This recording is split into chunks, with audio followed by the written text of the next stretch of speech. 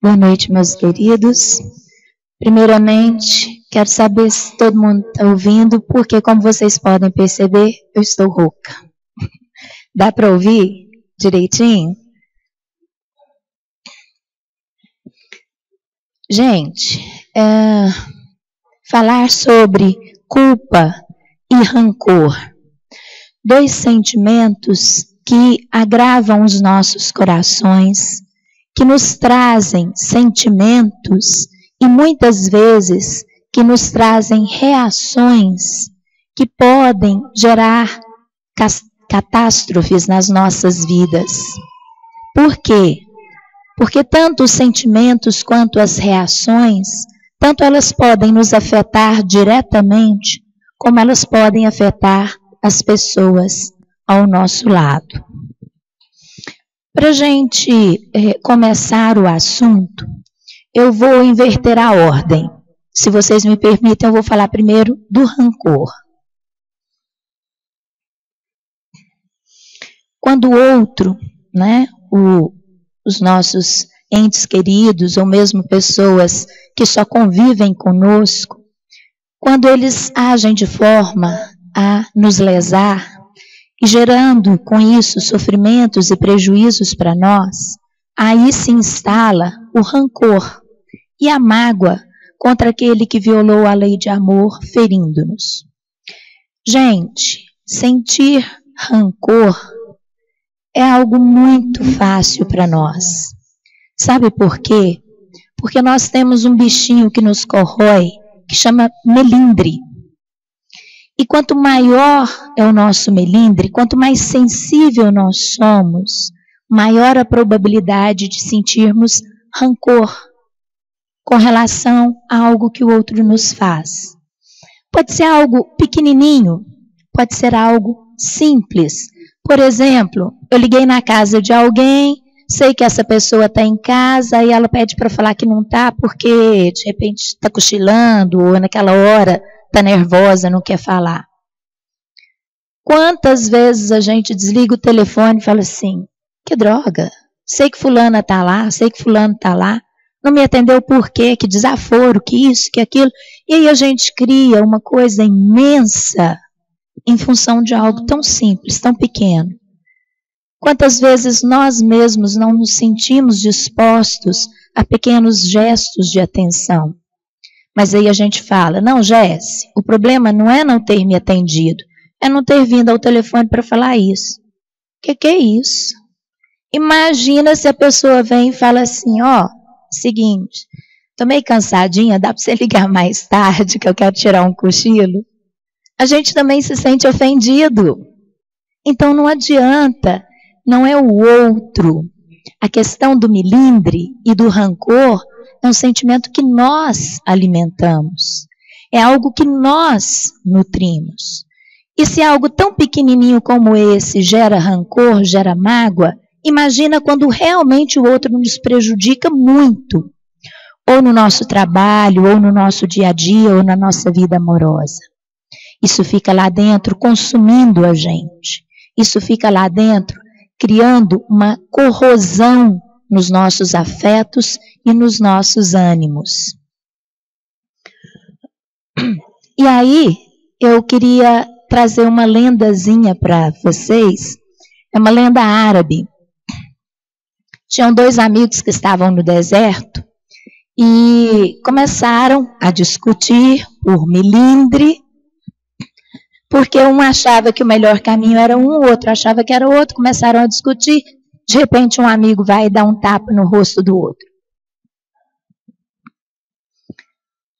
Deu um tapa, os dois se calaram, seguiram, e o que levou o tapa no rosto, pegou a adaga dele, foi na areia e escreveu, o meu grande amigo hoje me deu um tapa no rosto. Seguiram. Daí um pouquinho tinha um oásis. Eles foram saciar a sede e o que tinha levado o tapa no rosto resolveu tomar um banho no oásis e começou a se afogar. De repente o outro amigo pula dentro do lago e tira ele. Ele depois que passa o susto, que volta a respirar, tira a adaga novamente e vai na rocha e escreve: hoje, meu grande amigo me salvou. E aí o amigo vira para ele e fala assim: não entendi, por que quando eu te bati você escreveu na areia e agora que eu te tirei do lago você escreveu na rocha? Ele falou assim: porque quando nos magoam, a gente deve deixar isso registrado nas areias para que o tempo possa apagar o mais breve possível esse registro da nossa mente e do nosso coração. Mas quando alguém faz alguma coisa de bom para a gente deve registrar isso na rocha, para que para sempre fique registrado na nossa memória e no nosso coração, para que nem o tempo apague. E aí sabe o que aconteceu com o amigo que tinha dado tapa no rosto, que por acaso foi o mesmo que salvou ele? Ele ficou morrendo de remorso. Ele começou a alimentar uma culpa imensa, gente, de ter dado um tapa no rosto do amigo. E a culpa, ela não é nada mais, nada menos do que uma acusação da nossa própria consciência, quando somos nós que transgredimos a lei divina e agimos em prejuízo do outro. Gente, a culpa é tão tóxica, ela é tão perigosa, que ela muitas vezes nos desvia do caminho do acerto. Porque quando a gente começa a se sentir culpado por algo que fez ou até que não fez, nós começamos a criar na nossa mente autopunições. E essas autopunições podem chegar a níveis que só o nosso inconsciente é que consegue elaborar e trabalhar. E com isso a gente começa, como eu disse, nas autopunições. Esse remorso é a agressividade gerada pela culpa, que é dirigida a nós mesmos. E normalmente ela se manifesta na forma de boicotes. Quer ver um exemplo simples disso? Às vezes a gente precisa de um emprego, e aí marca um horário para uma entrevista, e aí na noite anterior você vai para desligar a televisão, dá uma mudadinha no canal, né? Aí percebe um filme bacana, distrai, senta, assiste, vai dormir 2 horas da manhã, no dia seguinte o relógio desperta, você não acorda. Perde a entrevista, perde o emprego. E aí? Aquela de distrair, ficar até de madrugada vendo o filme, e isso me impedir de acordar, é um boicote. É algo que o meu inconsciente cria para me punir. Gente, a nossa consciência é o nosso maior carrasco. E o problema é que ela age independente da nossa vontade. Muitas vezes a gente não percebe os boicotes que cria. Muitas vezes a gente discute com as pessoas que a gente mais ama por coisa tão pequena. Sabe por quê? Porque a gente descobre que essa pessoa realmente nos ama. Ou porque a gente tem medo e não se acha merecedor desse amor. Então a gente cria boicote, a gente discute, a gente bate boca. Esses são os boicotes. Resultado do remorso, resultado da culpa. E trouxe outra lenda para mostrar para vocês o tanto que o boicote é perigoso. Tinha uma cobra que estava ali no matinho, de repente veio uma vespa e pousou na cabeça dela e começou a ferroar. Ferroando, e a cobra desorientada, com raiva danada da vespa, e resolve então que ia se vingar dela. Num ato de boicote inconsciente, o que a cobra decide fazer?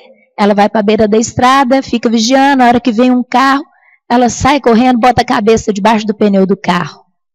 Para quê? Para matar a vespa. O que aconteceu?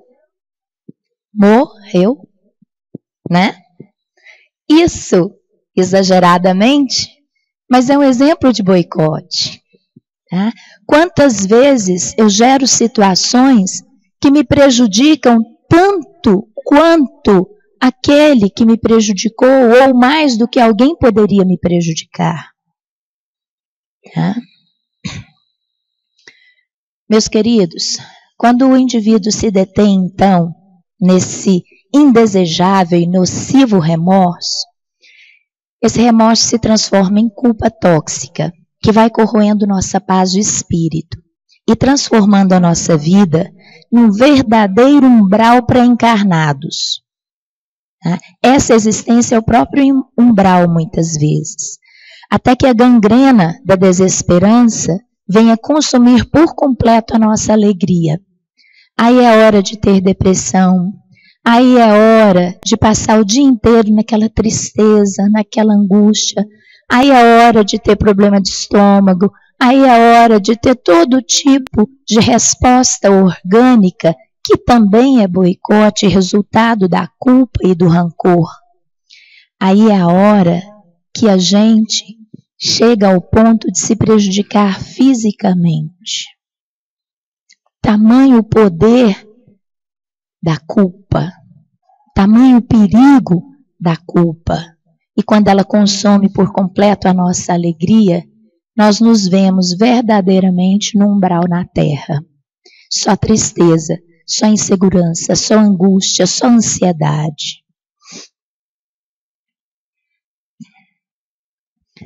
Só para a gente entender, a culpa é tão séria que a gente divide em 3 tipos básicos. A culpa natural, ou o remorso por algo que a gente fez, ou até por algo que não fez, né? Nossa, passei na porta da casa do fulano, podia tanto ter dado uma paradinha para falar um alô. Nossa, fulano estava, parece com uma carinha tão tristezinha. Eu passei, nem parei para dar um abraço, nem perguntei o que estava acontecendo. Ou, nossa, fulano me ligou precisando tanto de um favor, e na hora eu nem pensei que eu podia dar um jeitinho. Quantas vezes a gente sente culpa e remorso por coisas que nós não fizemos? Né? Essa é a culpa natural. Ela nos acomete quase que diariamente. Né? Por quê? Porque a nossa consciência não para um minuto sequer de nos apontar os nossos erros. Por que disso? Nós sabemos que Jesus deixou na nossa consciência a capacidade de reconhecer os nossos erros. Só que, gente, reconhecer só não serve, não. A gente precisa mudar. Tá? E quando a gente fica estagnado na culpa, a gente não muda. Aí vem a culpa tóxica, que é um pouco mais perigosa. Ela é a sensação secreta de ser uma farsa. Sabe por quê? Porque a gente tem consciência dos nossos erros. Às vezes são erros que a gente ainda não dá conta de melhorar, de mudar. Mas a gente já tem um determinado nível também de consciência de que algumas coisas nós já começamos a fazer melhor, já começamos a fazer mais direitinho. Só que aí alguém vem e elogia, nossa, como fulano é bonzinho, nossa, você viu como ciclano é atencioso, nossa, você viu tudo que a gente pede para tal pessoa, ela faz. Só que essa pessoa pode não se sentir merecedora desse reconhecimento, desse elogio. Por quê? Porque essa consciência acusa ela de que ela ainda tem um caminho muito longo a percorrer para se transformar em alguém melhor. Mas, meus amores, a perfeição nós vamos demorar muitas encarnações para alcançar. Então eu tenho que ter em mente que se hoje eu sou uma pessoa só um pouquinho melhor do que eu fui ontem, eu caminhei muito. E se cada dia eu caminhar esse pouquinho, eu vou ter feito meu papel nessa oportunidade, nessa encarnação. E eu não preciso me sentir uma farsa. Eu não preciso me sentir envergonhada quando alguém me faz um elogio por pensar que eu ainda preciso crescer tanto. Eu vou pegar aquele elogio e vou pensar, eu quero ser cada vez melhor. Não por vaidade, não para continuar recebendo elogios, mas para não me sentir mal comigo mesmo. E por fim, a culpa existencial, que é a crença de não ser merecedor do que a vida nos oferece. Quando eu me sinto, então, essa farsa, né? Quando eu acho que eu não sou digno do elogio, ou que eu não sou aquilo que as pessoas pensam de mim, porque afinal de contas eu faço uma coisinha aqui, uma coisinha ali de errado, eu acabo não acreditando que eu mereço as coisas que a vida me oferece. Eu não mereço um bom companheiro, uma boa companheira, eu não mereço um emprego legal, eu não mereço um carro bacana, eu não mereço a amizade das pessoas, eu não mereço o carinho e o afeto que as pessoas me dirigem. E é nesse momento, quando eu começo a achar que eu não sou merecedor daquilo que a vida me dá, e lembrando que aquilo que a vida me dá é aquilo que Deus me proporciona, eu começo então a fazer os boicotes. É onde eu começo a puxar meu próprio tapete. Por isso, gente, a culpa é tão séria.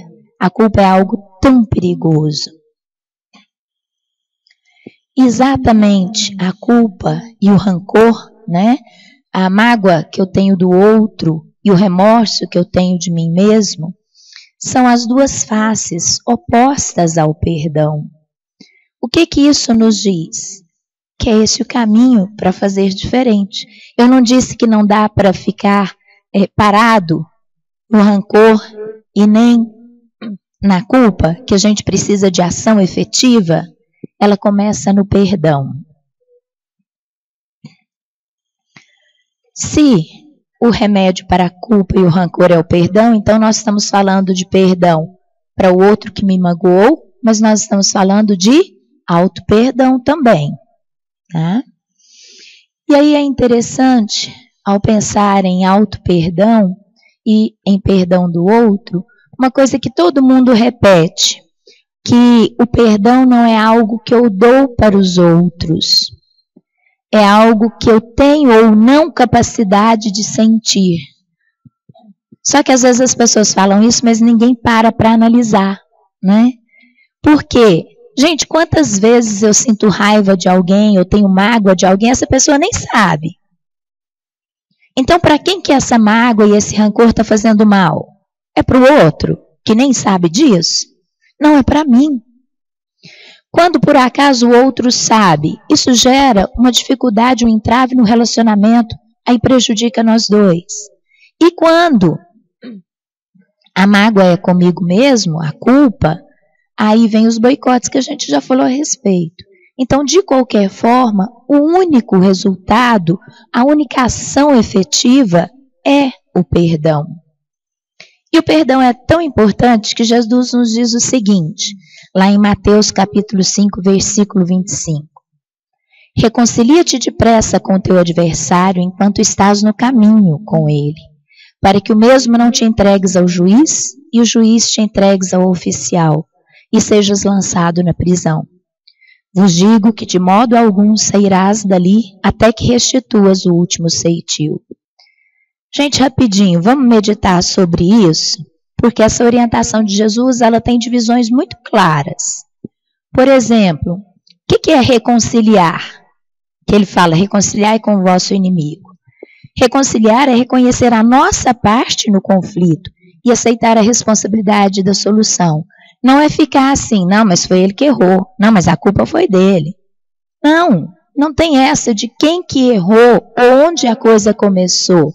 Reconciliar é aceitar que eu tenho a responsabilidade na mudança e executar isso e fazer diferente.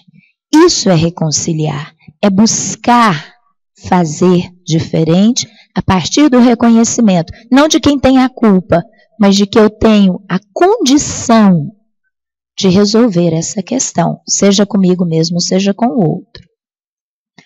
E quem que é o adversário ou o inimigo que Jesus nos manda reconciliar com ele? Pode ser o outro ou pode ser nós mesmos. Tá? E que caminho é esse? Reconcilia-te enquanto estás no caminho.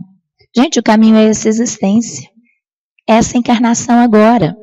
Porque essa encarnação é uma oportunidade para uma jornada de exercício desse perdão. Para que a gente possa desatar os nós das angústias e dissolver o fel das mágoas e culpas, estabelecendo laços de paz e equilíbrio dentro de nós e fora de nós, no nosso trabalho, na nossa casa. E quem que é o juiz? Olha que lindo! Não é Deus, não. Não é o nosso vizinho, não. É a nossa consciência. Esse é o nosso juiz. O mais severo deles. E o oficial de justiça? São as nossas ações, são os nossos boicotes. É aquele que executa o que o juiz determinou de punição. Tá? E, muitas vezes, a crença do não merecimento. E, por fim, qual que é a prisão? Um novo corpo, uma nova encarnação. Não vou eu atrás de resolver os problemas enquanto eu estou nessa encarnação, não, porque vai acontecer o quê? Olha a encarnação que vem tendo que fazer tudo de novo, né? Já não basta o tanto que eu tenho que crescer particularmente toda vez. Imagina se eu não conserto aquilo que eu posso. Estou perdendo tempo. Meus amores, então a culpa, ela só pode ser saudável quando ela nos leva ao arrependimento, e esse arrependimento pode gerar a mudança. Tá? Mais uma historinha para vocês, para ilustrar isso. A Paz Perfeita conta que um rei foi chamado para escolher entre duas pinturas, qual delas que representava a paz perfeita. Uma pintura era um lago lindo, calmo, que refletia a montanha, o céu azul, as flores.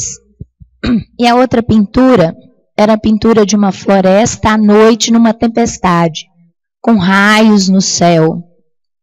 A única coisa que tinha assim, mais ou menos, era uma cachoeira bem num cantinho da pintura. E aí o rei aproximou dessa pintura e observou que próximo à cachoeira, numa pedra da cachoeira, tinha um ninho de pássaros.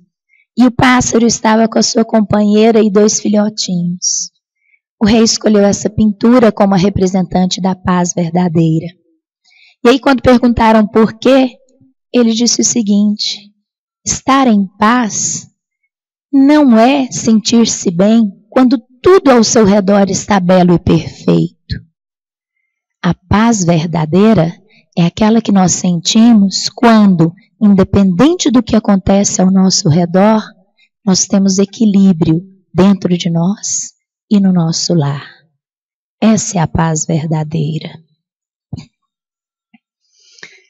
Então, caminhando já para o nosso fechamento, já que a gente entendeu que precisa buscar essa paz através do auto-perdão e do perdão ao próximo, vamos resumir aqui quais são os passos, então, para encontrar essa paz e esse equilíbrio. A humildade, para reconhecer que cabe a nós a ação, e eu, de novo, não estou questionando de quem é o erro. As lágrimas, porque elas são a expressão da minha compreensão e do meu desejo de mudar. A mansidão, que é aquela que me leva à aceitação da necessidade de fazer melhor. A justiça, porque é ela que me garante que eu não vou prejudicar mais do que ajudar. A misericórdia, porque é a lição maior que Jesus nos ensinou, né? Amor e caridade. E a alegria. Até agora a gente ainda não tinha falado da alegria. Sem ela, a gente não consegue encontrar essa paz interior. E já que é assim, para a gente, né, quase fechar, eu queria dizer para vocês uma historinha hindu do sentido da vida. Conta que um discípulo foi procurar o mestre dizendo para ele que ele queria entender, ou queria que o mestre lhe ensinasse, qual poderia ser o sentido da vida dele, já que tudo na vida era tão ruim. Só coisas ruins aconteciam, só tristeza, só angústia. E aí o mestre, pede para ele trazer um punhado de sal e um copo de água.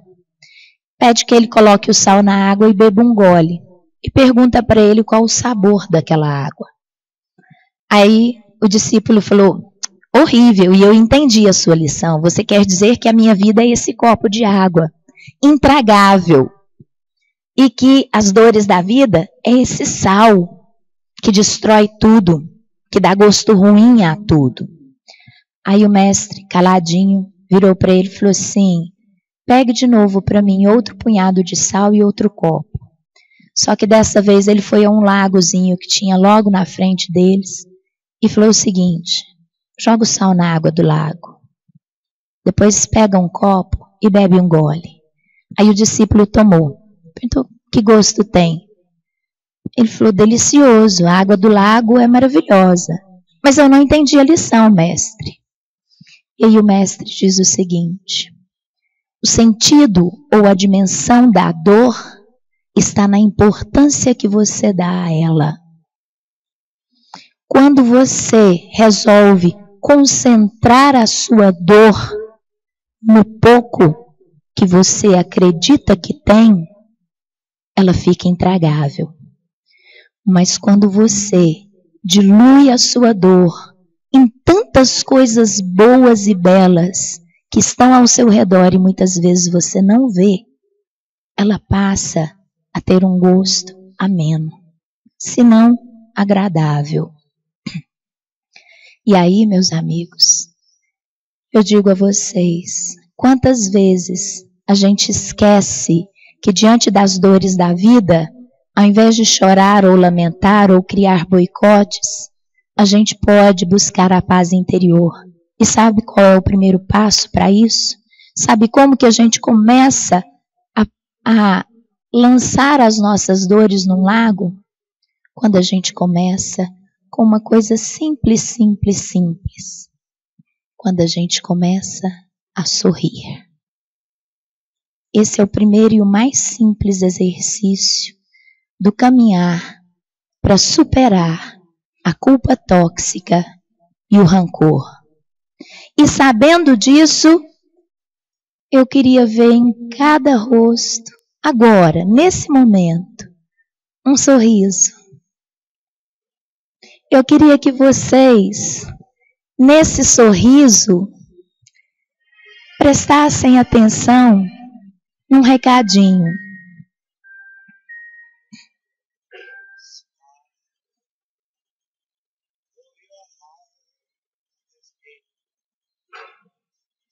Eu acho que nosso som não vai tocar.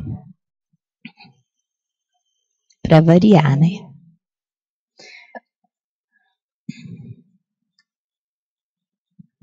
Bom, deixa então eu passar o recado para vocês.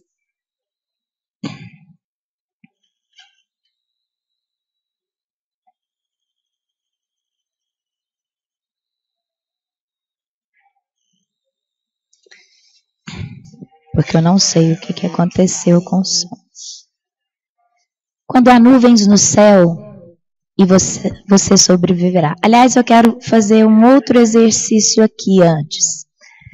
Nesse sorriso que vocês deram, eu queria que vocês imaginassem aqui uma tela, e nessa tela que vocês conseguissem ver o reflexo ou de vocês mesmos, ou que vocês conseguissem ver o rosto daquela pessoa que nesse momento vocês estão magoados. E aí eu vou ler, infelizmente, não tem som, eu vou ler para vocês a letra da música. Não sei se vocês conhecem essa musiquinha, eu vou pedir para vocês chegarem em casa e olhar, tá? Chama Smile. O original está no filme do Charlie Chaplin.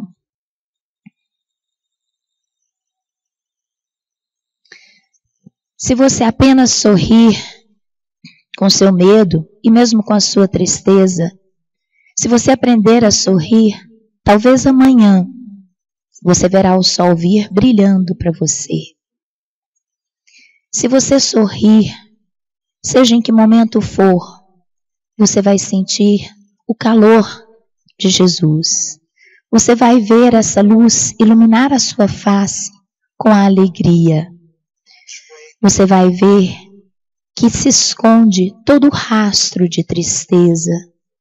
E embora uma lágrima ainda possa estar tão próxima do seu coração, ainda assim, vocês vão ver que nesse momento, a única coisa que vocês precisam é continuar tentando sorrir, é caminhar. E por que sorrir? Por que eu chorar? Você vai descobrir que a vida ainda vale a pena, que tem muita coisa para ser vivida, que tem muita coisa para acontecer, se você apenas sorrir. E sabem essa tela que vocês estavam olhando para ela? Ou vendo a sua própria imagem, ou vendo a imagem do outro? Olha a surpresa, não era uma tela. Sabe aqueles espelhos que alguém que está lá por trás vê a gente? Sabe quem é que estava por trás dessa tela? Eu vou contar para vocês. Era Jesus. E sabe o que Jesus está fazendo nesse momento por trás dessa tela? Ele está sorrindo de volta para você. Alegre, feliz, porque você sorriu, porque você deu o primeiro passo em busca da paz perfeita para eliminar a culpa tóxica e o rancor do seu coração. Que Deus continue sorrindo para a gente hoje e sempre e que a gente nunca tire das nossas mentes esse sorriso amoroso, esse abraço caloroso que Deus nos oferece nos braços de Jesus. Que eles nos abençoem hoje e sempre.